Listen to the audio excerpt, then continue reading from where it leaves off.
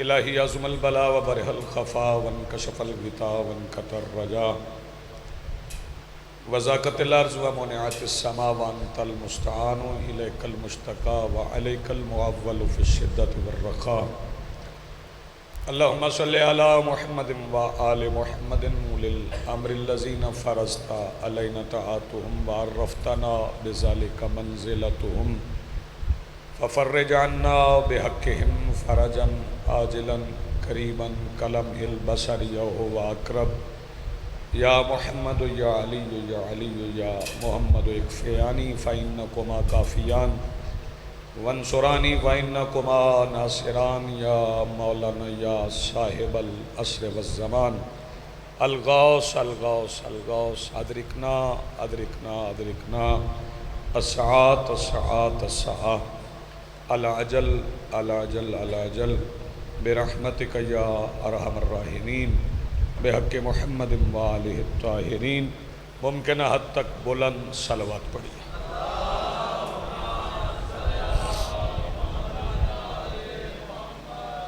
बिस्मिल्लाहिर्रहमानिर्रहीम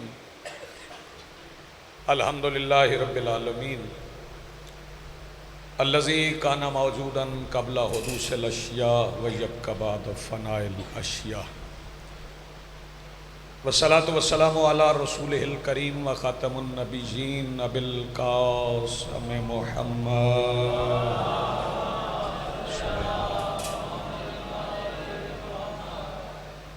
वस्सलातु वस्सलाम बत्तहिय्यतु वल इकराम अला आलिहि तय्यबीन अत्ताहिरीन अल-मासूमीन अल-मुंतजबीन अल-महदीयीन अल-मज़लूमीन अल-मासूमीन अल्लज़ीना अज़हबल्लाहु अन्हुमुर रिज्सा व तह्हरहुम तत्हीरा।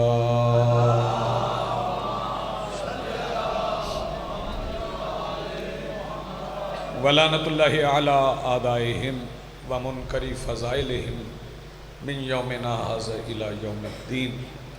अम्मा बादु फ़क़द क़ाल अल्लाहु तआला सुब्हानहु फ़ी मुहकम किताबिहिल मजीद व फ़ुरक़ानिहिल हमीद व क़ौलुहुल हक़। बिस्मिल्लाहिर्रहमानिर्रहीम तिलकल जन्नतुल्लती नूरिसु मिन इबादिना मन काना तक़िया। सलवात पढ़िए बुलंद आवाज़ से।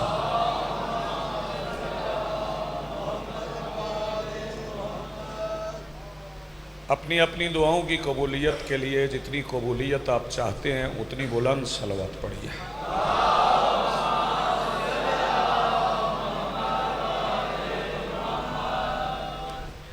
आज की सफ़े अदा, इस सफ़े इंतज़ार और इस पर हाजिर बिला तफरीक अकायद व नज़रियात करबला की रेत के टीला के मिंबर पर तशरीफ़ फरमा ख़तीब नज़रिया तौहीद के इस्तग़ासा पर लब्बैक कहने वाले गैरतमंदों के दिलों में मौजूद हरारत विलायत अमीरुल मोमिनीन के वसीला से दरख्वास्त गुजार हूँ अपने उस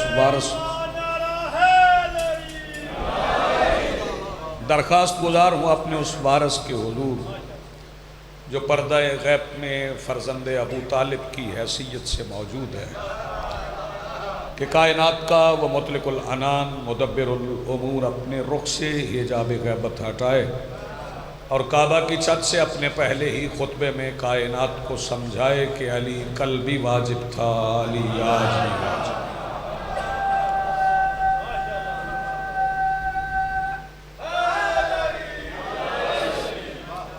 हाज़रीन मोहतरम, मवालियान वली हक़, अज़ादारान मोहसिन इंसानियत, सूरह मुबारका मरियम की 41वीं आयत मैंने तिलावत करने की और आपने सुनने की इज़्ज़त हासिल की है। सवाब नहीं कह रहा, इज़्ज़त कह रहा हूँ। सवाब इसलिए नहीं कह रहा कि जब आपका पहला कदम मजलिस हुसैन के लिए घर से निकला तो गुनाह लिखने वाला फरिश्ता पता नहीं कब तक बगैर लिखने के बैठा रहेगा और सवाब लिखने वाला पता नहीं कब तक सवाब लिखता रहेगा। मजलिस हुसैन में बैठने से बड़ी इज्जत और कोई हो ही नहीं सकती। आप इतने मुअज़्ज़ज़ हैं, आप इतने ज़ी वक़ार हैं। मैं मिंबर की इस तरफ खड़े हुए अफराद की बात नहीं कर रहा, मैं मिंबर के उस तरफ बैठे हुए हजरात की बात कर रहा हूँ। मैं इसलिए अर्ज़ कर रहा हूँ कि आप इतने मुअज़्ज़ज़ हैं, ये जिन दरियों पे आप बैठे हैं ये दरियाँ नहीं हैं, ये निजात की कश्तियाँ हैं।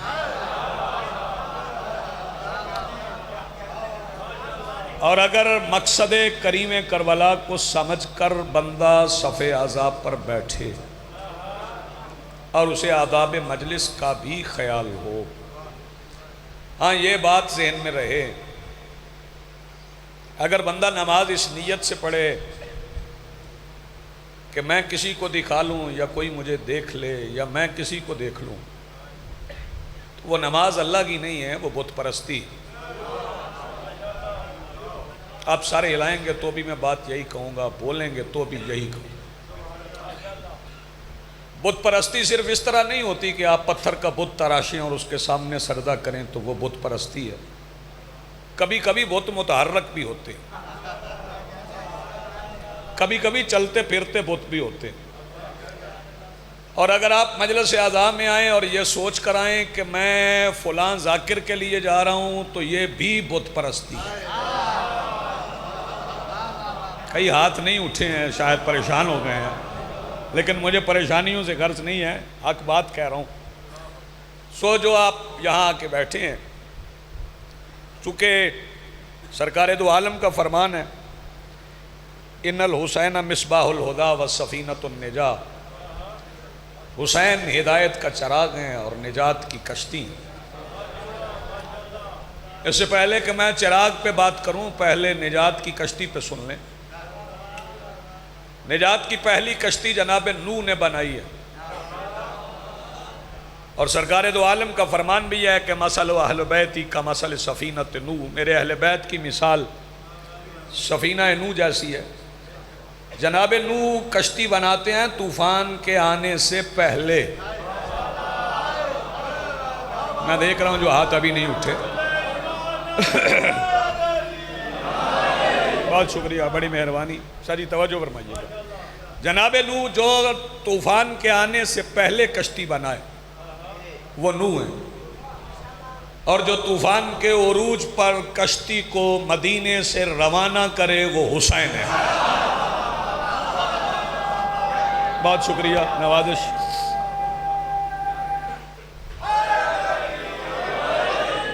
बहुत खूबसूरत सुन रहे हैं आप, हक के मेज़बानी अदा कर रहे हैं।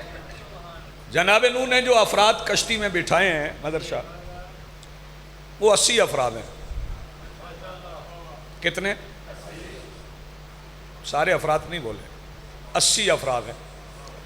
और जब वो बैठने आए हैं तो जनाब नूह ने उनसे पूछा नहीं है क्या करके आए हो, बस बैठना ही काफ़ी है।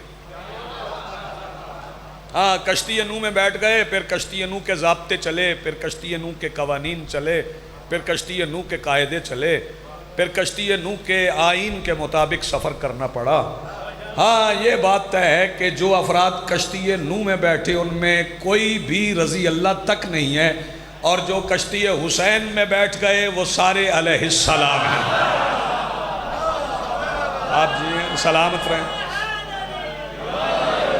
मैं शुक्रगुजार हूँ आपका, इतना अच्छा आप सुन।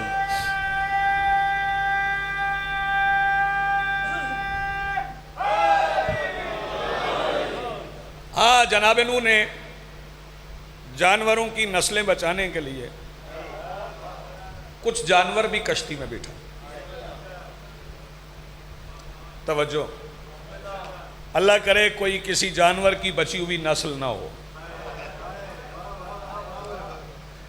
वो मैं इसलिए कह रहा हूँ चूँकि कुरान कहता है उलाइका कल अनाम बल हुम अज़ल, कुछ ऐसे हैं जो चौपायों की मानिंद हैं, बल्कि उनसे भी बदतर हैं, उनसे भी घटिया हैं। तवज्जो फरमाइए, ये घटिया अफराद वो हैं जिन्हें रसूल की बात की समझ नहीं आती है। आप गौर नहीं फरमा रहे। रसूल मस्जिद से बोलें तो समझ नहीं आती, रसूल मैदान से बोलें तो समझ नहीं आती, रसूल मिंबर से बोलें तो समझ नहीं आती। और जिसे जिसे रसूल की बात की समझ नहीं आती वो चौपाया नहीं, चौपाए से भी बदतर है।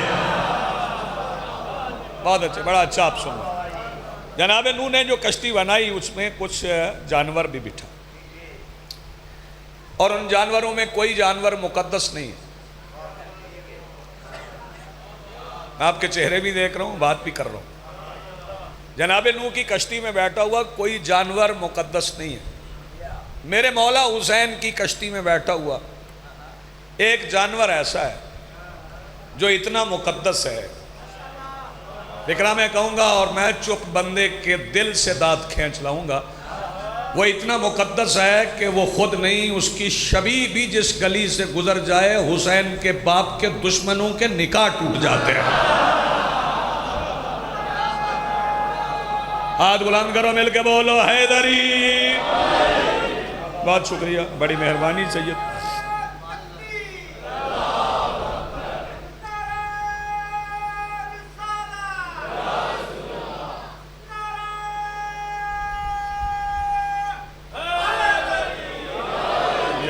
आप जिए, आप सलामत रहें, बड़ी मेहरबानी, बहुत शुक्रिया। और ये जो शबी है ना मुर्तजिज़ की, जिसे हम जुलझना कहते हैं, ये बड़ी मोतबर है, बड़ी मोतबर शबी है, बड़ी मुकद्दस है। और दुश्मनों को इससे ख़तरा भी बड़ा। रूट परमिट बनवाना पड़ता है, लाइसेंस बनवाना पड़ता है। किसी नई गली से गुजारना हो तो फिर उसके लिए अलग से दरख्वास्त देना पड़ती है। हालांकि ना तकरीरें करता है, ना मुनाजरे करता है, ना बोलता है, फिर भी उसका लाइसेंस बनवाना पड़ता है। तवज्जो, मौलवी बोलते भी हैं, तकरीरें भी करते हैं, लाइसेंस नहीं बनता। जुलझना का लाइसेंस बनता है। ये जितने बंदे आप बैठे हैं, आप 10 सफ़र के अलावा 11, 12, 13 सफ़र को किसी दिन इतने ही बंदे जुलझना की लगाम पकड़ के इस सड़क पे चले जाएं, इंतज़ामिया पूछने आ जाएगी, बताओ लाइसेंस कहाँ है। मौलवी सारा दिन सड़क से गुजरते रहते हैं, कोई ना लाइसेंस पूछता है, ना परमिट पूछता है, जुलझना का पूछते हैं। इसका मतलब है वो काम किसी मौलवी की तकरीर नहीं करती जो जुलझना की टापों की आवाज़ करती है।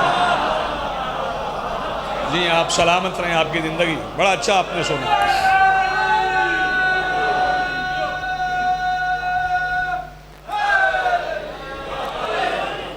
मेरे मौला हुसैन और कश्ती नूह में एक और फ़र्क मैं अर्ज़ करूँ और आयत का तर्जुमा अर्ज़ करके मैं 2 फ़िक्रे मसाइब के कह के आपसे रुख्सत ले रहा हूँ।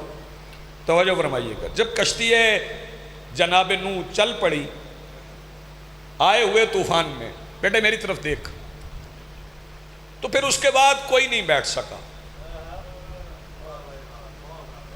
जो पहाड़ पे था वो भी गर्क हो गया, जो तनूर पे थे वो भी गर्क हो गए। वो थे या थी, लेकिन तनूर पे थे। उनकी तवज्जो रोटी की तरफ थी, कश्ती निजात की तरफ नहीं। आपने गौर नहीं फरमाया। उनकी तवज्जो खाने की तरफ थी, कश्ती की तरफ नहीं थी। और जो कश्ती को छोड़कर खाने पे टूट पड़े वो भी गर्क हो गए। गल तो समझ आ ही गई है। तवज्जो, जब कश्ती चल पड़ी तो फिर किसी को बैठने की इजाजत नहीं थी, ना कोई बैठ सकता, फिर ना मुमकिन हो गया बैठ। मगर जब तूफान का उरूज था और कश्ती हुसैन चल पड़ी तो फिर कोई बैठने आ गया। जी आप सलामत रहें, आपकी ज़िंदगी। मैं बात को नुक्ता तकमील पे ले आया। जब तूफान उरूज पे था तो फिर कोई बैठने आ गया। वो आखिरी था जो बैठने आ गया। हालांकि तूफान ठाठे मार रहा था, उस वक्त तूफान उरूज पर था। तो मेरे मौला हुसैन ने यह नहीं फरमाया कि जा अब गुंजाइश नहीं बैठने की, फरमाया आजा तू भी बैठ जा। जो रात बैठे थे वो भी अलैहिस्सलाम है, गुजरात वालों बात ज़ाया ना करना। तू आखिर में आया बाबा जी, तू भी अलैहिस्सलाम है, उसे भी बिठा लीजिए। गुजरात वालों वो आने वाले का नाम क्या है? क्या बात है, आखिर में आने वाले का नाम है हुर। और हुर ने आके पहला सवाल ही ये किया है कि हल्ली मिन तौबा, मौला मेरी तौबा हो सकती है?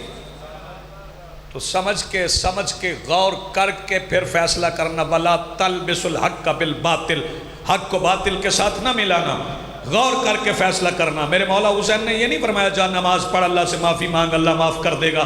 इधर इसने कहा हल्ली मिन तौबा, मेरी तौबा हो सकती है। हुसैन ने फौरन ये फरमा दिया अंत हुर्रुन फिद दुनिया व फिल आखिरा। गुजरात वालों याद रखना, अगर हुसैन करबला में हुर को माफ़ ना करते, पता ही ना चलता अल्लाह माफ़ करता कैसे है। जी आप सलामत रहें, जिंदगी आपकी। बहुत शुक्रिया जी नवाज़ साहब, बड़ा अच्छा सुन रहे हैं। अगर हुसैन करबला में हुर को माफ़ ना करते तो पता ही ना चलता कि अल्लाह तौबा कबूल करता कैसे है और किसके वसीले से करता। हाँ, बगैर वास्ते के अल्लाह तौबा भी कबूल नहीं करता। अब वक्त नहीं है, मैं कुरान से भी साबित कर सकता हूँ कि बगैर वास्ते के। चले मैं आयत पढ़ देता हूँ, बिस्मिल्लाहिर्रहमानिर्रहीम। बज़्ज़लमू अनफुसहुम वजाऊक, और जब ये अपनी जानों पे जुल्म करते हैं और तेरे पास आते हैं, फस्तगफिरुल्लाह वस्तगफर लहुमुर रसूल, और फिर इन्हें अल्लाह माफ़ कर दे और रसूल माफ़ कर दे, लवजदुल्लाह तव्वाबन कसीरा, तो फिर ये अल्लाह को तौबा कबूल करने वाला पाएंगे। इस बात का मतलब है जब तक रसूल माफ़ ना करें तौबा कबूल नहीं होती। और मेरे मौला हुसैन ने मसनदे हुज्जत पर बैठकर और की तौबा कबूल फरमाई। और दो मिसरे सुन लें ताकि मैं चाह रहा हूँ कि जो बंदे लंगर के खुमार में वो ज़रा निकल आएँ। और ये खुमार होता भी बड़ा ज़्यादा है, कभी कभी लंगर का खुमार इतना ज़्यादा होता है कि आंख जन्नत में जाके खुलती है। आप पे पंखा भी हो, लंगर भी बंदे ने सैर होके किया हो, तो फिर बाद औकात ऊँग भी आ जाती है, कई बार नींद भी आ जाती है। फिक्रा सुनिएगा, बंदे समझते हैं होर अचानक आ गया। दो मिसरे सुन लें जिससे समझ आ जाएगी कि ये और बात के होर शाम की सिपाह में था। किबला मिसरा सुनिएगा, ये और बात के होर शाम की सिपाह में था, मगर अजल से ही शब्बीर की निगाह में था। ये और बात के होर शाम की सिपाह में था, मगर अजल से ही शब्बीर की निगाह में था। और फिर एक और गुजारिश कर दूं, कई बंदे कहते हैं कि जब हुर आया तो हुर ने कौन सी नमाज पढ़ी? पढ़ के आया था और आके पढ़ी है। जागना, मैं उस बंदे का कंधा हिला के कहूंगा इस्माए फहम, जो अगले फिक्रे पे आवाज बचाएगा। जागना जरा, पढ़ के आया था और आके पढ़ी है। और जो फिक्रा तौबा करने से पहले हुर ने कहा है, अगर कुल्लेवाल की इस बारगाह में बैठे हुए गुजरात वालों को इस फिक्रे की समझ आ गई तो हुसैनियत समझ में आ जाएगी। हुर ने मेरे मौला हुसैन से कहा था, मौला उन नमाजों की माफ़ी मिल सकती है जो मैंने आपकी मुखालिफत में पढ़ी हैं? उन नमाजों की माफ़ी चाहिए जो मैंने आपकी मुखालिफत में पढ़ी है। फिर हुर ने वहाँ नमाज पढ़ी है, और नमाज पढ़ने के लिए फिर क्या चाहिए? सबसे पहले असद शाह जी क्या करेंगे? बोलो, वुज़ू किससे होता है? तो पानी तो वहाँ था ही नहीं, यानी हुसैन पानी छोड़ के उधर आ गया था जिधर पानी नहीं था। भाई तवज्जो, जिधर वुज़ू के लिए था, जिधर नहाने के लिए था, उधर से छोड़ के वहां आ गया जहां पीने के लिए नहीं था। नहीं, आपने गौर नहीं फरमाया। उसने सैराबी छोड़ के उस प्यास को चुना। जानते हैं, क्योंकि हुर को पता चल गया था कि इधर सैराब होने में मौत है, उधर प्यास में जिंदगी है।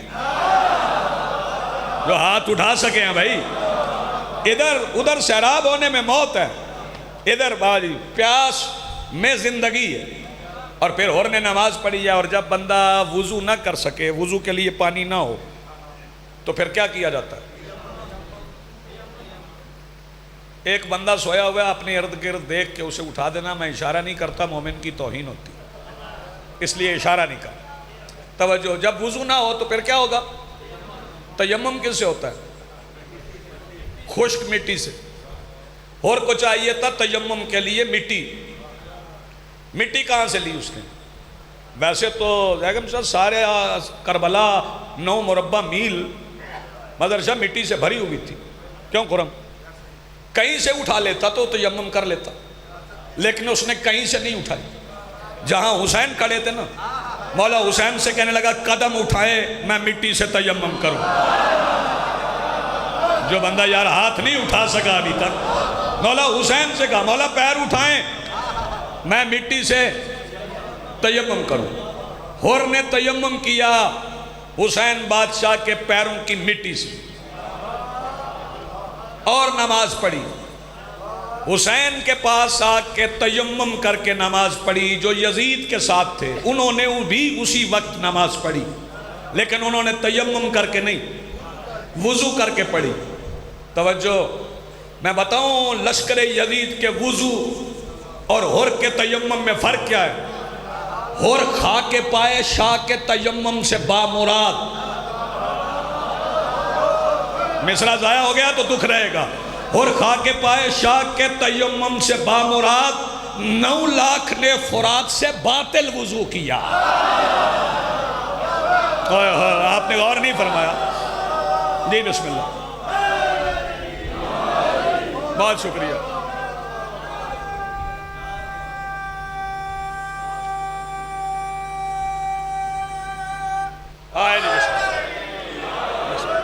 और खा के पाए शाह के तयम्मुम से बामुराद, 9 लाख ने फुरात से बातिल वुजू किया। नमाजें तो वो भी पढ़ रहे थे, लेकिन पढ़ रहे थे हुसैन की मुखालिफत।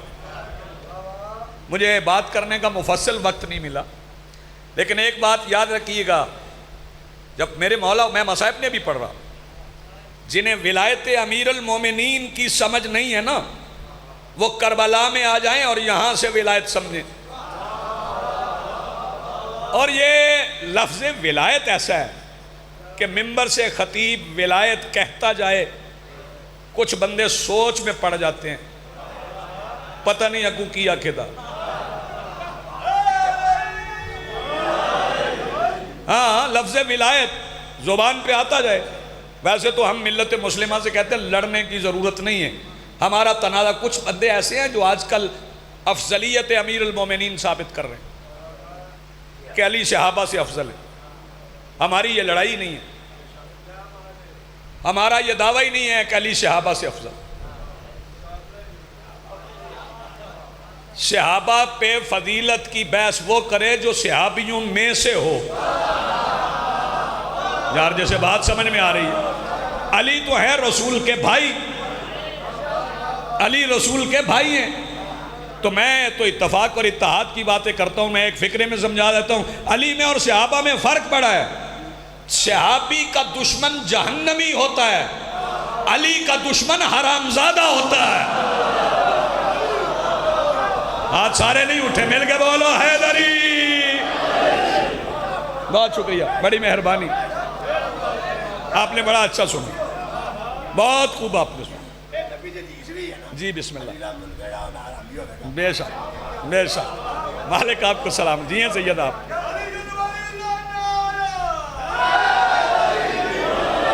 तो मैं अर्ज कर रहा था कि जिसे विलायत की समझ नहीं, तवज्जो, नमाजों पे ना जगड़, पहले विलायत के मानी समझ, फिर समझ विलायत क्या है। जिसे विलायत की समझ नहीं वो करबला आए, करबला समझाएगी विलायत क्या है। मेरे मौला हुसैन ने आखिरी हमले से पहले लश्कर यजीद से पूछा था, जब तुम्हें पता है मैं रसूल का बेटा हूं तो मुझसे लड़ क्यों रहे हो? तो उन्होंने कहा था, अमर इब्ने साद ने कहा था, बेबुग़्ज़े अबी, तेरे बाप के बुग़्ज़ में। आपने गौर नहीं फरमाया? अमर इब्ने साद ने कहा था, बेबुग़्ज़े अबी, तेरे बाप के बुग़्ज़ में लड़ रहे हो। और ये बुग़्ज़े अली बड़ी सख्त बीमारी है। सर ना हिलाना, मुझे पता है इस वक्त में थोड़ा थोड़ा बंदे को खुमार हो जाता है, लेकिन सर ना हिलाना, ज़ुबान हिलाना, ये अली का बुग़्ज़ बड़ी सख्त बीमारी है। मैं मिसाल लेता हूँ, अगर कोई बंदा मर जाए तो कोई उसका बेटा, उसका भाई कभी जाता है डॉक्टर के पास कि हमारे घर आओ, हमारे मरहूम अब्बा जान का ब्लड प्रेशर हाई हो गया। कभी किसी ने कहा हमारे मुर्दे के गुर्दे खराब हो गए। कभी कोई कहता है जी हमारे मुर्दे को हेपेटाइटिस हो गया। इधर बंदा मर गया, उधर बीमारियां खत्म। हर बीमारी का इलाज है मौत के पास, सिवाय बुग़्ज़ अली के। जो हाथ नहीं उठा सके, हर बीमारी का इलाज है सिवाय बुग़्ज़ अमीर अल मोमिनीन। और ये बुग़्ज़ अमीर अल मोमिनीन क्या है? कोई बंदा जुर्रत तो नहीं कर सकता ना। मैं आखिरी फिक्र है फजीलत का, कोई बंदा कह तो नहीं सकता जुर्रत के साथ कि मुझे अली से बुग़्ज़ है। किसी भी मसलक से ताल्लुक़ रखने वाला कोई बंदा नहीं कह सकता कि मुझे अली से बुग़्ज़ है। किसे ज़रूरत है अपनी माँ को मशकूक बनाने की? गौर नहीं फरमा रहे आप। कोई बंदा जुबान से तो नहीं कहता ना मुझे अली से बुग़्ज़ है। फिर पता कैसे चले कि किसको अली से बुग़्ज़ है? अली के फ़ज़ाइल पर जो बंदा कहे ये कैसे हो सकता है उसके दिल में बुग़्ज़ अली है। जी आप सलामत रहें।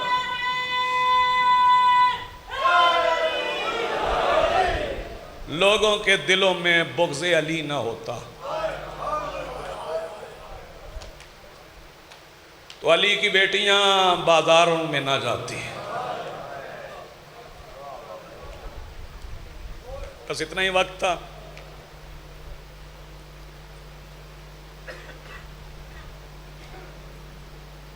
नबियों के सुल्तान ने, बंदे पूछते हैं कि शिया रोते क्यों हैं, उन्हें एक फिक्रे में समझा दूं कि शियों के रोने की वजह क्या है। लोग बेटियां जिंदा दफन करते थे। नबियों के सुल्तान आए और उन्होंने आकर समझाया कि इन्हें जिंदा दफन ना किया करो, इनकी इज्जत किया करो, इनका एहतराम किया करो, इन्हें मीरास में हिस्सा दिया करो। फिर लोगों ने बेटियां जिंदा दफन करना छोड़ दी। गुजरात वालों, यही दुख है कि जिसने लोगों की बेटियों को जिंदा दफन होने से बचाया था, लोगों ने उसकी बेटियों को बड़ा मारा था।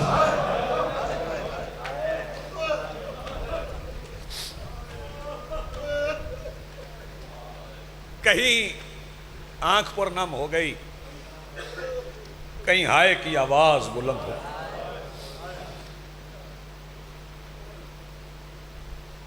आज 10 सफर है। आज तो यहाँ शबीए जुलजना निकली, लेकिन 2 दिन के बाद जगह जगह पर मस्तूरात में एक छोटा सा ताबूत निकलेगा। जज़ाकल्लाह मरहबा। वो ताबूत अली के किसी बेटे का नहीं है। बड़ी प्यारी इबादत कर रहे हैं, यही खालिस इबादत है। वो ताबूत अली की बेटी का। आ जाए बिस्मिल्लाह। नहीं नहीं, आए आए बिस्मिल्लाह, आ जाए आ जाए आ जाए। मौला के मंजूर नज़र मदा खान है, इसी मकसद के लिए आए हैं कि वो कुछ लफ्ज़ कहें और उनके अल्फाज की मुआवनत से आपकी आंख से आंसू निकल पड़े। उनके आने की वजह से गिरिये में रुकावट नहीं होगी,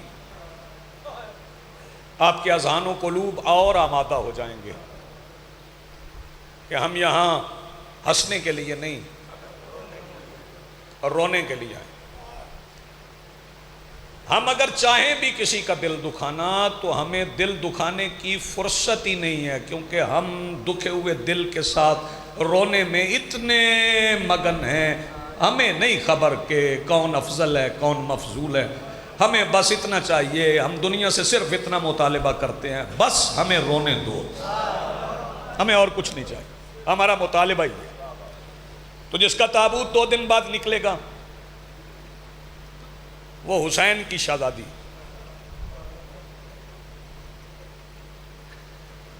और कत्ले हुसैन की चश्मदीद गवाह है।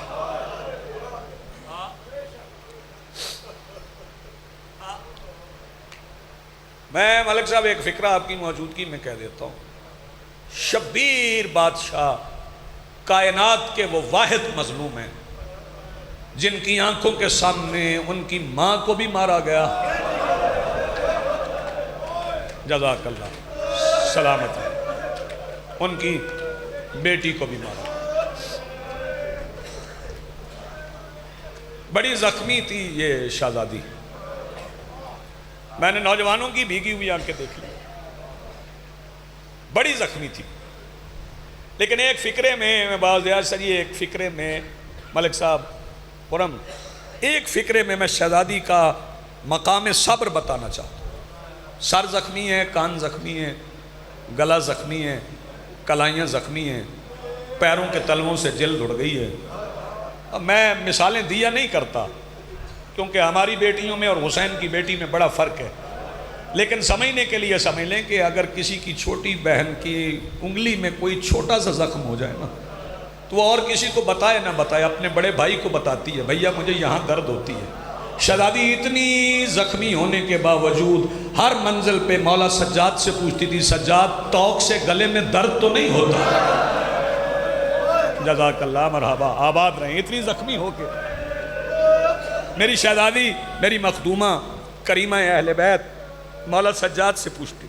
और गुजरात वालों, ये शहजादी जब ज़ख्मी हो के दरबार यजीद पहुंची, फिर वो वक्त भी आ गया जब कनातें लग गई, हिंद और रमला आ गई। इससे ज़्यादा इख्तसार हो नहीं सकता था। मैं बहुत तवील बात को बहुत मुख्तसर करके, रमला आ गई मेरी शहजादी के सामने। इससे बड़ा मसाइब गुजरात वालों क्या पढ़ूं कि रमला ने हुसैन की बेटी को सर से पांव तक देखा और देख के कहने लगी, कैदन आपका तारुफ। यही मसाइब है। जब तारुफ पूछा तो वैसे रस्सी थी गले में, जख्मी थी शहजादी, तो शहजादी कह देती मैं असीरा हूं, मैं सज्जाद की बहन हूं, मैं हुसैन की बेटी हूं ना। शहजादी का एतमाद उसी जगह पे था। जब उसने पूछा ना कैदन आपका तारुफ, शहजादी आवाज़ दे के कहती मैं आलमीन के शहनशाह की बेटी। क्या बात है यार तेरी आवाज़ बुलंद करने की, मरहबा। जब शहजादी ने फरमाया ना मैं आलमीन के शहनशाह की बेटी हूँ, रमला आवाज़ दे के कहती आप शहनशाह की बेटी होती तो आपके कानों में कुछ तो होता ना। मेरे कानों में जो यमनी दौर हैं, कोई किसी तरह का दुर तो आपके कानों में होता। आप बादशाह की बेटी हैं। शहजादी फरमाती है रमला तो गरूर कर रही है, ये जो दुर तेरे कानों में है ना, ये तेरे नहीं है, ये दुर मेरे हैं। मेरे बाबा ने मुझे मेरे भैया की शादी के लिए यमन से मंगवा के दिए थे, बड़ी जल्दी कर रहा हूँ। रमला आवाज़ दे के कहती है अच्छा आप क्या समझती हैं आपके गुम गए और मुझे मिल गए? तो फिर जिसकी चीज़ गुम जाए वो निशानी बताता है, अगर निशानी मिल जाए तो फिर चीज़ वापस कर दी जाती है। आप निशानी बताएं, मैं दुर अभी वापस कर दूंगी। शहजादी आवाज़ दे के कहती है दुर उतार के देख, अगर इन पे लहू लगा है तो मेरे हैं। जज़ाकल्लाह मरहबा। अगर इन पे लहू लगा है तो फिर मेरे हैं, अगर लहू नहीं लगा तो फिर तेरे हैं। और कुल्लेवाल सईदा वालों, इसने दुर उतारे हथेली पे रखे और रमला दुर देख के रोने लगी। जब रमला रोई तो शहजादी फरमाती दुर भी तेरे पास है फिर भी रोती है, रोती क्यों है? कहती रोती इसलिए हूँ कि अजीब लहू है, मेरी माँ ने कई बार धोया है मगर ये लहू जाता ही नहीं है, धुलता ही नहीं है, ख़त्म ही नहीं होता। शहजादी फरमाती ये पानी से धुलने वाला लहू नहीं है। रमला कहती अच्छा जो भी है आपने जो निशानी बताई वो मिल गई, ये ले आप दुर पहन लें। शहजादी फरमाती नहीं अब तू पहन, आखिरी फिक्र है, मैं मिंबर छोड़ रहा हूँ, अल्लाह करे मैं समझा सकूँ। जब इसरार किया ना रमला ने कि ये ले दुर पहन लें, शहजादी की गर्दन रस्सी में फिर गई। आवाज़ दे के कहती आप मेरे कान देख के बता इनमें दुर पहनने की जगह रह गई है? रमला आवाज़ दे के कहती आपके कान फट कैसे गए? शहजादी फरमाती कुंडे बंद थे, जालिम ने उंगली डाल के बस।